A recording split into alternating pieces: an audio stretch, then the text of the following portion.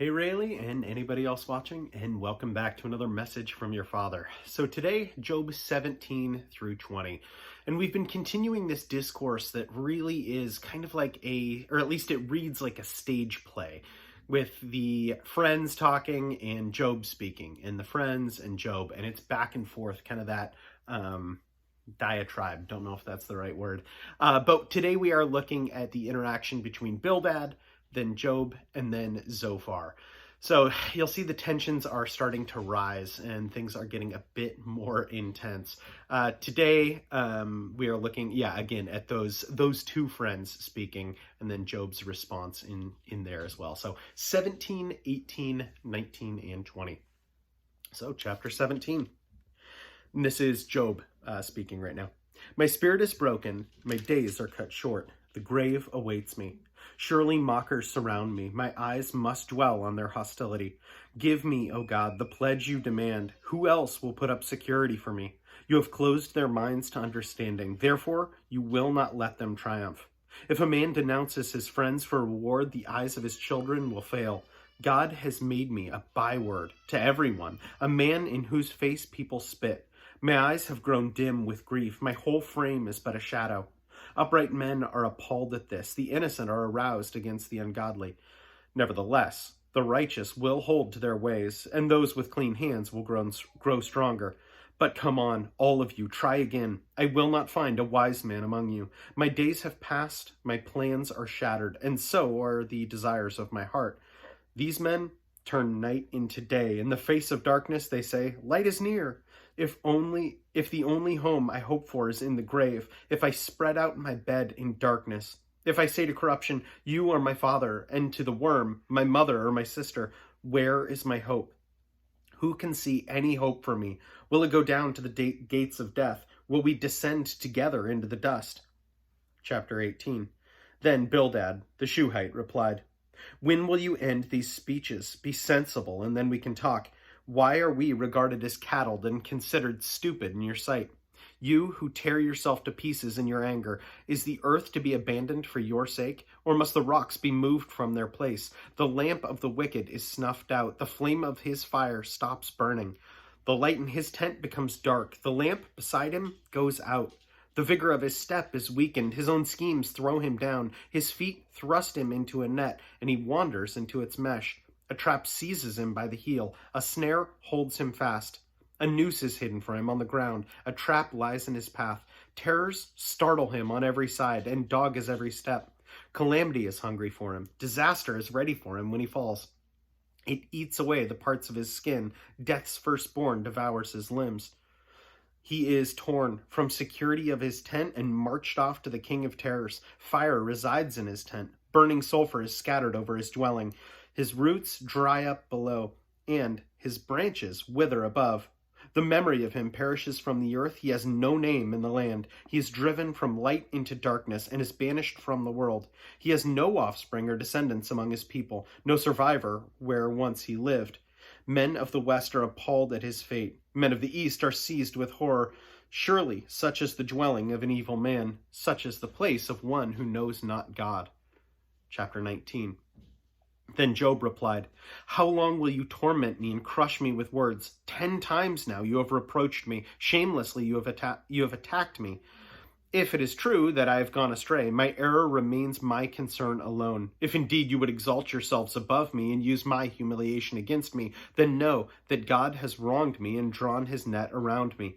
Though I cry, I have been wronged, I get no response. Though I call for help, there is no justice. He has blocked my way so I cannot pass. He has shrouded my paths in darkness. He has stripped me of my honor and removed the crown from my head. He tears me down on every side till I am gone. He uproots my hope like a tree.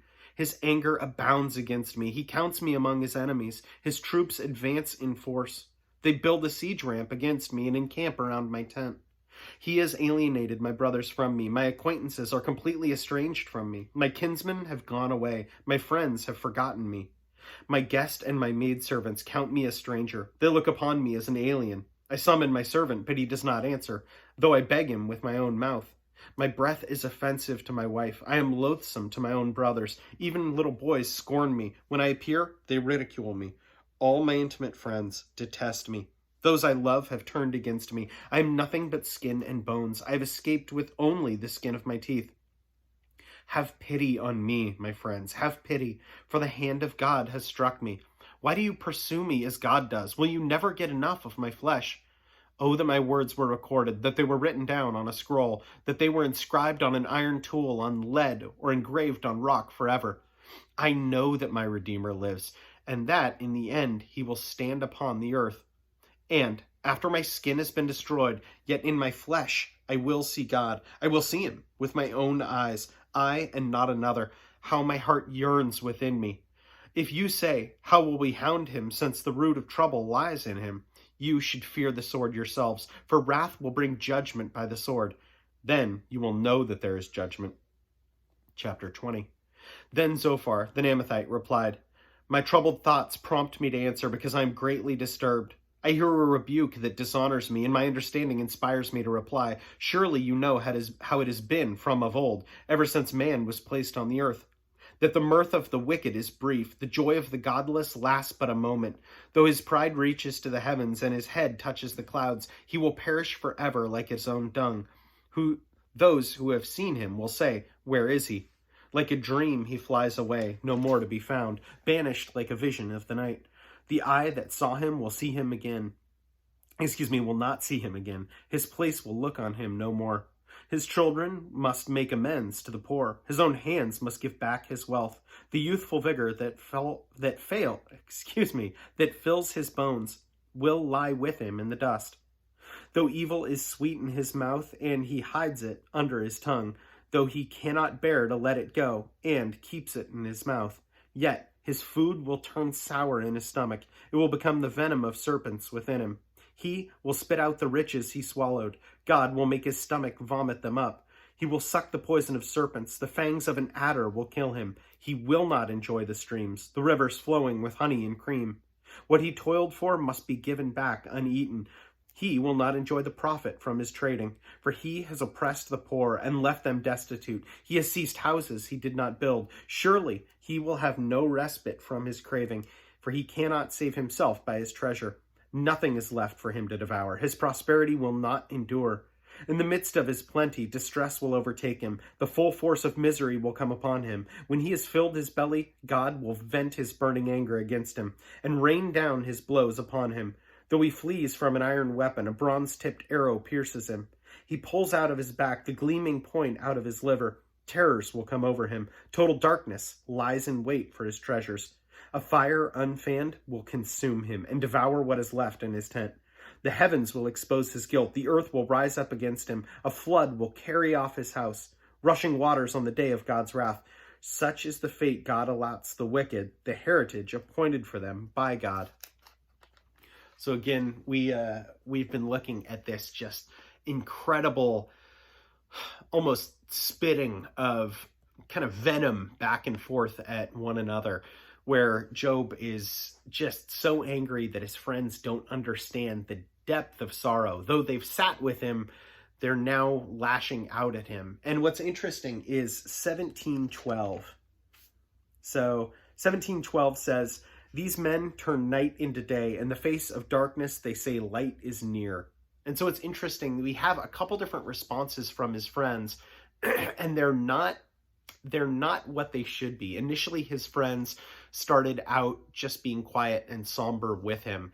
And that is a pretty wise approach, just being with him and the depth of that. And then they say, hey, cheer up. And it's interesting here because that's Job's response right there, saying, you're telling me to be cheery and you're making the situation worse. And then now, again, this is kind of turned to an anger. Okay, well, if you're not going to cheer up, then just know that this is something that you've done wrong as well. So you are incredibly sinful in front of God, and you just have to admit it. And I think what they're missing there is that that initial empathy has worn off from them, and it looks like they are now responding how they just want to respond, in anger and or in frustration to him.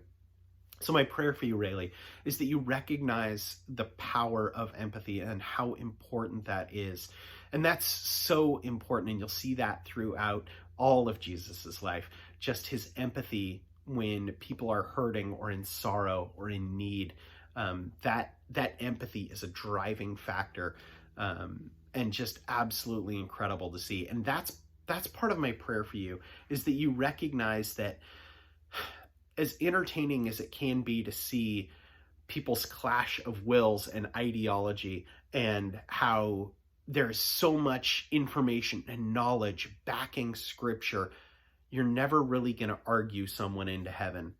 So when you're sharing the gospel, that empathy is so important. And that doesn't mean that people won't lash back out, but you are told and commissioned to be empathetic to those in need when spreading the gospel.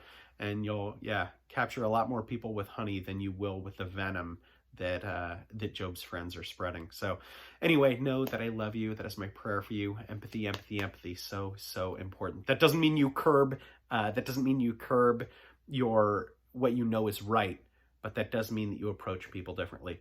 Anyway, again, praying for you. Love you so much. And anyone else that's watching, know, as always, that I appreciate you. And I'll plan on seeing you tomorrow. Have a good one.